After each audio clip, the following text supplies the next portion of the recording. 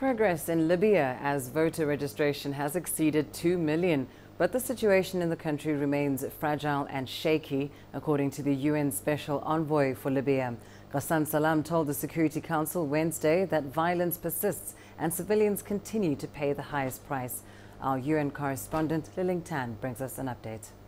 We heard this session about the better-than-expected voter registration. Also, the second anniversary of the UN-brokered unity government passed in December without violence or significant protests. And Libya has seen some relative quiet in the past few months. But the UN envoy Ghassan Salame said the country remains divided. Civilians are still being attacked and killed in crossfire. Armed groups keep fighting. The migrant situation remains dire, and the arms embargo has never been so important. He also warned that fuel, electricity and water shortages persist, as do conflict over resources and predatory economics. This fragile and shaky status quo is not sustainable.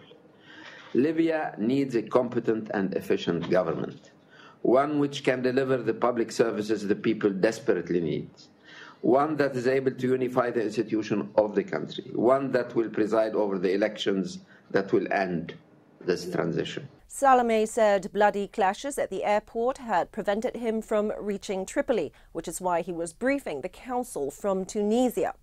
The envoy, who also heads the UN mission in Libya, said that the UN presence is being increased to improve understanding of the country in order to better implement the political transition.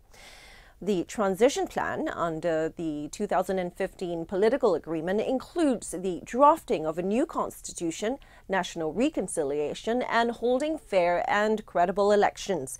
But there remains some questions over the status of that UN-brokered agreement and whether its mandate had expired back in December. General Khalifa Haftar, who supports the rival government to the UN-backed one, has called the deal obsolete. But the United Nations says it remains in effect. And many Security Council member states continue to back it, with the US ambassador saying there is no alternative to the UN process. Lilling Tan, CGTN, New York.